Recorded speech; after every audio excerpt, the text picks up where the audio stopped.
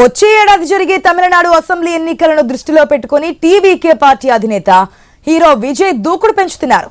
మదురైలో party 2 రాష్ట్ర సదస్సును ఏర్పాటు చేశారు. ఈ సదస్సులోనే విజయ్ ను సీఎం అభ్యర్థిగా ప్రకటించే అవకాశాలు కూడా కనిపిస్తున్నాయి.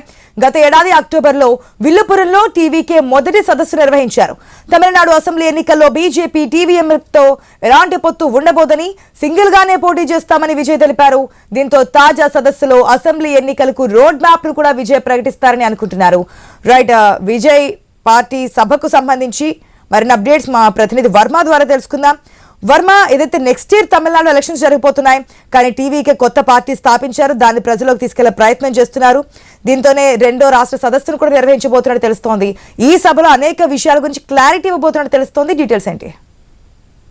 Good morning ASHA. ఈ రోజు తమిళనాడులో ప్రముఖ హీరో ఎవరైతే విజయ్ ఉన్నారో ఆయన టీవీకి పార్టీ 2వ సదస్సు ఆ పార్టీకి సంబంధించి జరగనుంది. మదురైలో ఈ కార్యక్రమానికి ఇప్పటికే ఏర్పాట్లు కూడా పూర్తి చేశారు.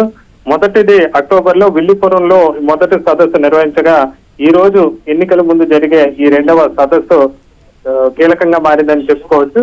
ఇప్పటికే విజయ్ తమిళనాడులో రాబోయే అసెంబ్లీ ఎన్నికల్లో బీజేపీ డిఎంకేలతో ఎలాంటి పొత్తు ఉండదని ఇప్పటికే స్పష్టం చేశారు. సింగిల్ గానే పోటీ చేస్తామని కూడా విజయ్ తెలిపారు.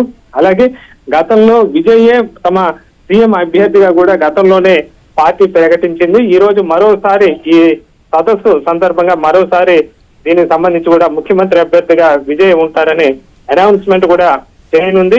దీనికి సంబంధించి ఈ రోజు ఎలాంటి కార్యాచరణ ప్రకటిస్తారు, ఎలాంటి వ్యూహాలతో ముందుకు వెళ్తారు, ఇలాంటి అంశాలన్నీ కూడా ఈ రోజు సదస్సు వేదికగా పార్టీ నేతలతో చర్చించే అవకాశం ఉంది. దీనికి సంబంధించి కూడా విజయ్ చేయబోయే ప్రసంగం కూడా కీలకంగా మారిందని చెప్పుకోవచ్చు. ఇప్పటికే తమిళనాడులో ఎన్నికల వేడి అప్పుడే ఊపందుకున్న పరిస్థితి. ప్రత్యర్థుల పైన పార్టీల నాయకులు తీవ్ర ఆరోపణలు అయితే గుర్తిస్తున్న పరిస్థితి అయితే ఉంది.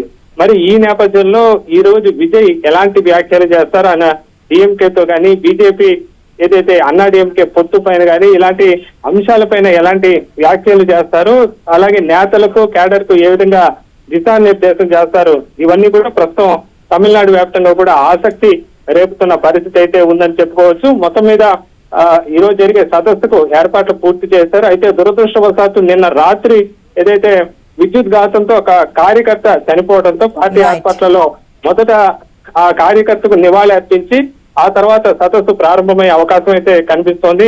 మొత్తం మీద విజయ్ ప్రసంగం సెంటర్ గా ప్రస్తుతం ఆసక్తి రేపుతుందని చెప్పుకోవచ్చు. మరి ఎలాంటి వ్యాఖ్యలు చేస్తారో, ఎలాంటి అనౌన్స్మెంట్ చేస్తారో అనేది రాబోయే తమిళనాడు ఎన్నికల్లో కీలక పరిణామంగా కూడా చెప్పుకోవచ్చు. ఆశ. Right Varma, thanks for the update.